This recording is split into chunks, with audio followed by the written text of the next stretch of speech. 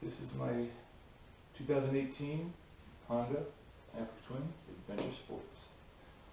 It has been sleeping, hibernating for 16 weeks now. And in that time, I did nothing with the battery for the first 2 months. I left it alone. Bought a trickle charger about 2 months ago, about a month ago, put it on. It took just minutes to top it off, so I took that off and just took the negative lead off, and I've left it alone since. I think these lithium batteries are pretty crazy, pretty good. It's right back here, it's easy to access the battery. Just remove this toolbox and you see it. I did reconnect the negative lead today because I was thinking about starting it up for the first time, but I'm going to wait for a warmer day. We're actually looking about mid-30s out there right now. And we've got snow coming, more snow. Tomorrow night, like 3 inches. So she's going to stay asleep a few more days, but I hope to film the initial startup after 4 months of being sleeping, basically, hibernating.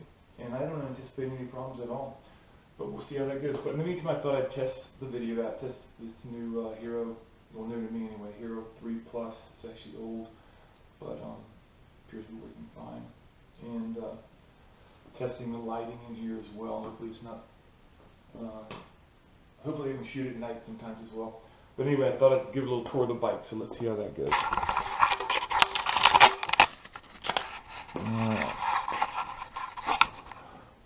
Okay, so there she is, and we can go over all of my enhancements as they were, add-ons. I think if we start at the beginning, this is my first modification. I placed this Givi touring windscreen on the bike because it solved all my buffeting issues, and I had some serious buffeting issues at the beginning, but you can see how nicely this Givi screen fits almost flush with the opening there. It doesn't have the big opening in the middle like the OEM screen has.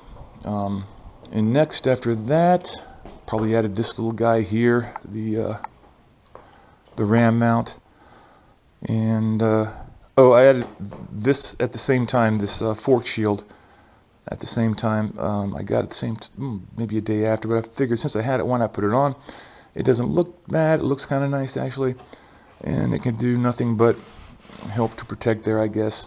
And it certainly doesn't cause any problems, and it may help with the buffeting, but I think my real buffeting issue was solved with that screen. That's a beautiful, beautiful screen, windscreen. Okay, then moving on, I installed the Panniers first, Touratech, or next anyway, Touratech Panniers. Here are the boxes over here. But you can see this really ingenious design that they use, this clamping system. They place these little inserts in here, and then the upper part hooks in up here, and there's also a notch down here on the I think on all Africa Twins, and this clamps up into there, so you got this tight clamp, and that's not going anywhere. It's also further supported by this brace that extends to the rear pillion brace, foot brace, and it's supported back with this here. And Touratech actually says it's crash rated, and I believe it. It's solid, man. It's really solid. Okay, after that I did the Hepco and Becker crash bars, lower crash bars. I love these things too because they're pretty seamless. Now they look great on the bike, and they work like a charm. I haven't gone down on this side yet, but I did go down the other side. I'll show you that in a minute.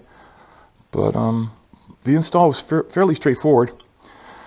Took a little while. The exhaust I had to remove, but that wasn't a big deal at all. I attached the back with some twine and removed the rear assembly here, and then removed the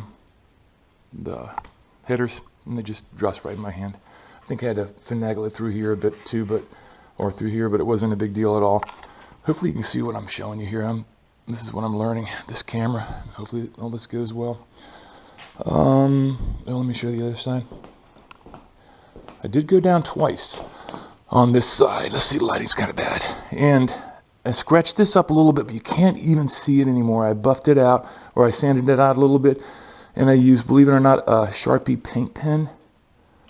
And it was right here, a little bit here and here, but it's completely gone. And I just kept going with the Sharpie paint pen and some cloth until I got that just right. And I had the bags on here, the Hepcombe-Becker bar bags. So I don't know what all this is. It might have happened, or probably just, actually that might just be some leftover from the bag, but I don't know when that might have happened. But these are completely protected. And what is this right here, huh? Well, maybe it did come up and touch a little bit when it fell. But it certainly, I mean, it fell pretty hard, and it certainly didn't do any damage to the bike at all. Now I'm noticing stuff on this bright light here. But she still looks really nice. I mean, I didn't notice any fairing damage at all when I laid her down, when I brought her home and cleaned it up. But it looks like maybe the bag rubbed a little bit here on the fairing, and maybe a little scratch there from something. I also scuffed this up a little bit, but I cleaned that up as well. I'll talk about that later though.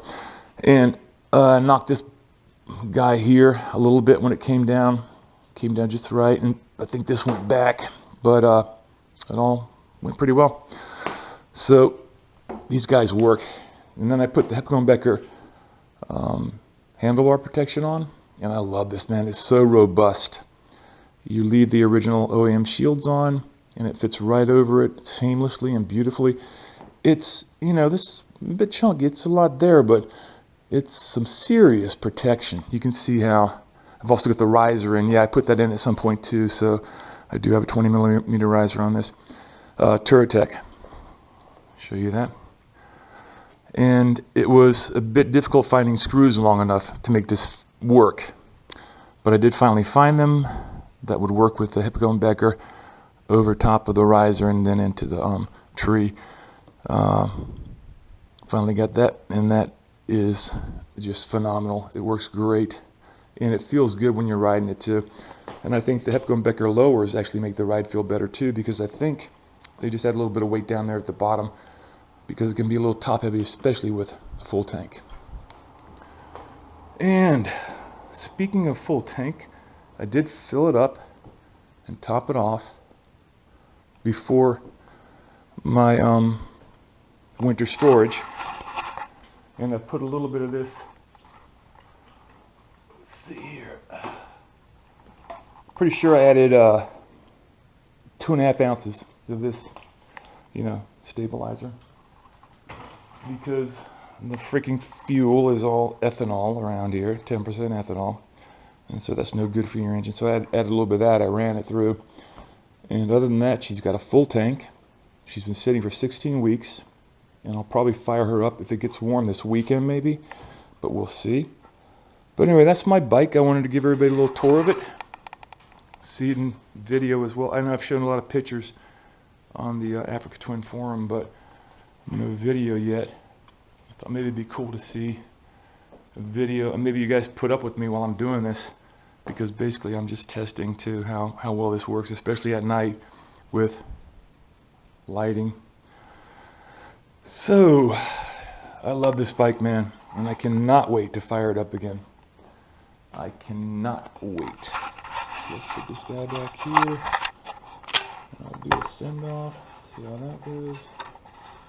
Hopefully that didn't change much. I've got my dog in here with me, so I want to make sure he's not that over. This is my Africa Twin. I am completely happy with it. I love this fucking bike. I love this bike, man. It's a great bike. And people talk about it not having enough power. That's crazy. It's got 100 horsepower just about. And it's plenty powerful for me. And I get the front end up, and I'll show you on the Hero once we have some good weather here. I plan to put the Hero on my helmet and do some filming and film some rides and some countryside here in Virginia. I'll show you guys what kind of riding we do over here, or around here anyway. And that's it, man. That's about all I can think of. I'm trying to think if I did anything else for the winter. I don't think I did. I think